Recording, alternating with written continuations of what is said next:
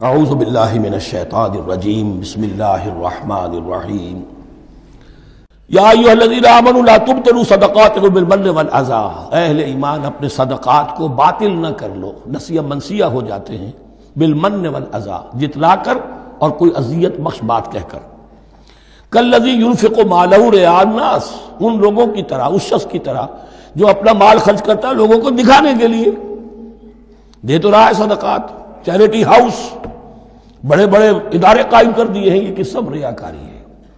کوئی سرکار دربار میں رسائی کے لیے فاؤنڈیشنز بنے ہوئے، کچھ اپنے وہ ٹیکس بچانے کے لیے، کچھ اور اپنی ناموری، کیونکہ پھر الیکشن بھی لڑنا ہے۔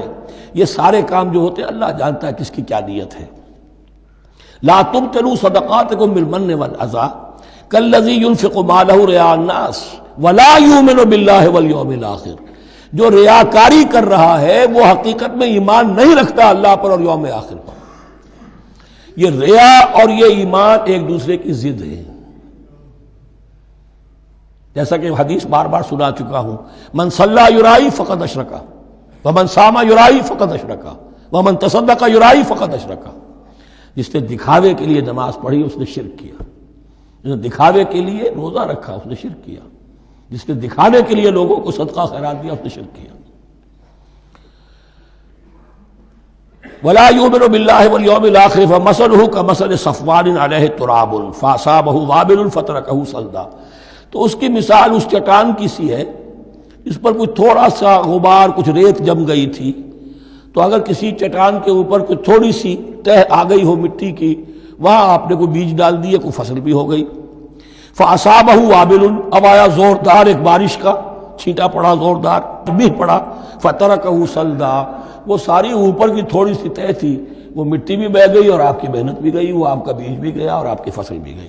وہ چٹان جو ہے چٹیل چٹان وہ اندر سے نکل آئی، یعنی سب کچھ گیا۔ ریاکاری میں اس کا مطلب یہ ہے مال بھی دیا اور حاصل کچھ نہ ہوا، بیج بھی گیا، اور اللہ کے ہاں کسی اجر و ثواب کا سوال ہی نہیں۔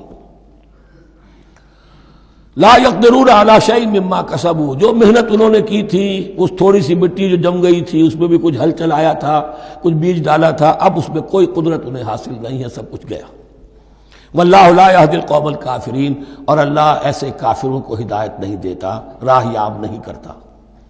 ومثل الذین ینفقون اموالہم ابتغاء مرضات اللہ، اس کے برعکس وہ لوگ، وہی سائملٹینیس کنٹراسٹ، جب ایک ریاکاری کے خرچ کے لیے وہ ایک مثال دی گئی، تمثیل اور تشبیہ دی گئی، تو اب جو واقعتاً اللہ تعالیٰ کے اجر و ثواب کے لیے خلوص و اخلاص کے ساتھ خرچ کرتا ہے اس کے لیے بھی مثال۔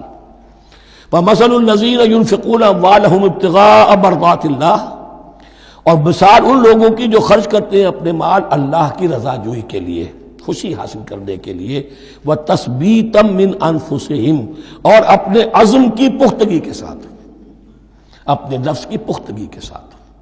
کمثل جنت، ان کی مثال اس باغ کی ہے، بربوۃ، جو ذرا بلندی پر ہے، باغ ہے، جیسا کہ میں نے عرض کیا نیچرل باغ کا یہی تصور ہوتا تھا، ذرا اونچائی پر جو ہے پلانٹیشن ہے، ندی بہہ رہی ہے کوئی دامن میں جس سے خود بخود اس کو اریگیشن ہو رہی ہے۔ کمثل جنت بربوۃ، یہیں سے یہ قادیانیوں نے لفظ ربوہ لے کر اور اپنا وہ شہر بنایا ہے پاکستان میں۔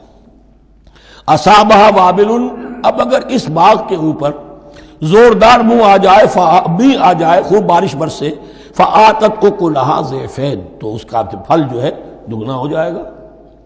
فإن لم یصبھا وابل فطل، اور اگر زوردار میہ نہ آئے، بارش نہ برسے، تو تھوڑا بہت چھینٹا بھی پڑے گا تب بھی اس کا تو بہرحال پھل جو ہے وہ برقرار رہے گا۔ واللہ بما تعملون بصیر، اور جو کچھ تم کر رہے ہو اللہ تعالیٰ اس کو دیکھ رہا ہے۔ دروں بینی کرتے رہا کرو کہ تم یہ مال جو خرچ کر رہے ہو واقعتاً خلوص دل کے ساتھ، اخلاص نیت کے ساتھ اللہ ہی کے لیے کر رہے ہو، کہیں اس میں کوئی اور جذبہ، کہیں تمہارا غیر شعوری طور پر کوئی جذبہ شامل نہ ہو جائے، تو انٹراسپیکشن ہو، اپنے غریبانوں میں جھانکتے رہو۔ ایود احدکم ان تکون لہ جنۃ من نخیل واعناب تجری من تحتہا الانہار، کیا تم میں سے کوئی شخص پسند کرے گا کہ اس کا ایک باغ ہو اور کھجور کا درخت ہو اس میں، اور انگور کی بیلیں بھی ہوں، اور اس کے دامن میں ندیاں بہتی ہوں، نیچرل اریگیشن بھی ہے، کھجور کے درخت بھی ہیں، اور بیلوں کی ٹٹیاں لگی ہوئی ہیں انگوروں کی، اور انگوروں کی بیلیں ہیں۔ لہو فیہا من کل الثمرات، اس کے لیے اس باغ میں ہر طرح کا میوہ ہے. فاصابہ الکبر، اب اس پر بڑھاپا بھی طاری ہو گیا ہے. وَلَهُ ذُرِّيَّةٌ ضُعَفَاء، اور اس کی اولاد ہے ابھی چھوٹی عمر کی، کم سن ہے، کمزور ہے. فَأَصَابَهَا إِعْصَارٌ، کہ اچانک اس باغ کے اوپر ایک ایسا بگولا، ایک ایسی آندھی آئی جس میں آگ ہے. فیہ نارن، کوئی ایسا آگ بھری آندھی آئی. فَأَصَابَهَا إِعْصَارٌ فِيهِ نَارٌ فَاحْتَرَقَتْ، پورا کا پورا باغ جل کر جلس کر رہ گیا. كَذَلِكَ يُبَيِّنُ اللَّهُ لَكُمُ الْآيَاتِ لَعَلَّكُمْ تَتَفَكَّرُونَ، اس طرح اللہ تعالیٰ تمہارے لیے اپنی آیات کو واضح کرتا ہے تاکہ تم تفکر کرو. یعنی ایک انسان نے ساری عمر سمجھا ہے کہ بڑی میرے نیکی کمائی ہے، میں نے یہ کیا ہے، میں نے فاؤنڈیشن بنایا، میں نے مدرسہ قائم کر دیا، میں نے یتیم خانہ بنا دیا. لیکن یہ کہ اچانک کسی وقت مانو آنکھ کھلے گی، جب آنکھ کھلی گل کی تو موسم تھا خزاں کا، معلوم ہوگا یہ تو کچھ بھی نہیں تھا.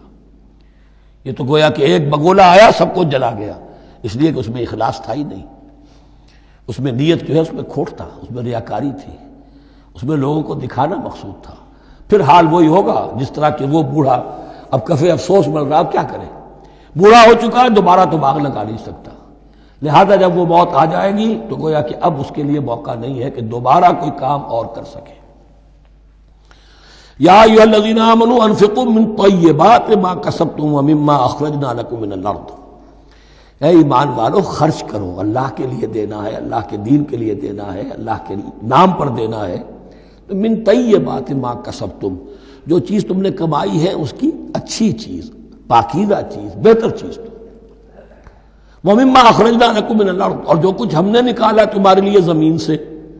اب زمین سے ظاہر بات ہے جو بھی نباتات آ رہی ہے، چاہے وہ کوئی چراگاہ ہے تو اس کے اندر سے جو ہے وہ بھی ہریاول ہے تو اللہ نے پیدا کی ہے. کھیت کے اندر آپ نے محنت کی ہے، ہل چلایا ہے، بیج ڈالے، لیکن یہ کہ فصل کا اگانا تو آپ کے کام ہاتھ نہیں ہے، تو اللہ کے ہاتھ میں ہے. تو جو کچھ ہم نے نکالا ہے تمہارے لیے، وَمِمَّا أَخْرَجْنَا لَكُم مِّنَ الْأَرْضِ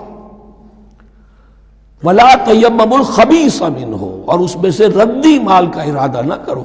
تنفقون، کہ اسے خرچ کر دو. زکوٰۃ دینی ہے، عشر دینا ہے، تو جو ردی چیزیں ہیں، اب بھیڑوں بکریوں کا غلہ ہے، ان میں سے اتنی بکریاں نکالنی ہیں، اتنی بھیڑیں ہیں، تو اب جو ذرا کمزور ہیں، لاغر ہیں، بیمار ہیں، نقص والی ہیں، گنتی پوری کرنی ہے نا. اسی طریقے سے عشر نکالنا ہے تو گندم کا ڈھیر لگا ہوا ہے، اس میں سے کہیں بارش پڑ گئی تھی، وہ نکال دو.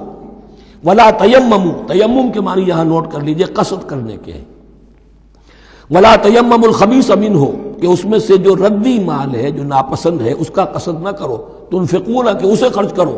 ولستم بآخذیہ، اور تم ہرگز نہیں ہوگے اس کو لینے والے. ایسا بھی تو ہو سکتا ہے کہ تم محتاج ہو جاؤ اور تمہیں ضرورت پڑ جائے، پھر اگر تمہیں کوئی ایسی چیز دے گا تو تم قبول نہیں کرو گے.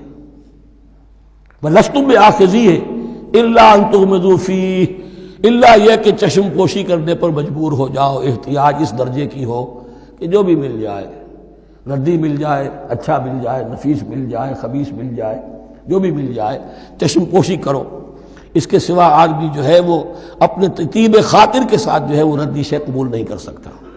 وَاعْلَمُوا أَنَّ اللَّهَ غَنِيٌّ حَمِيدٌ، پھر دیکھیے غنی کا لفظ، جو کچھ دے رہے ہو یہ نہ سمجھو کہ اسے دے رہے ہو، محتاج کو دے رہے ہو، ضرورت مند کو دے رہے ہو، بلکہ یوں سمجھو کہ اللہ کو دے رہے ہو. وَاعْلَمُوا أَنَّ اللَّهَ غَنِيٌّ حَمِيدٌ، جان لو کہ اللہ تعالیٰ غنی ہے اور حمید ہے. حمید یعنی اپنی ذات میں خود محمود. ایک کسی شے کی اچھائی یا حسن یا کمال ایسا ہوتا ہے جسے ظاہر کیا جائے، دیکھو بھائی اس میں یہ خوبصورتی ہے، اور ایک وہ خوبصورتی ہوتی ہے جو از خود ظاہر ہے. حاجت مشاطہ نیست صورت دلار آمرا.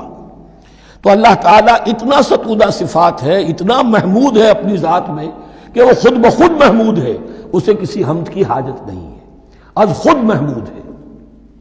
صدق اللہ العظیم.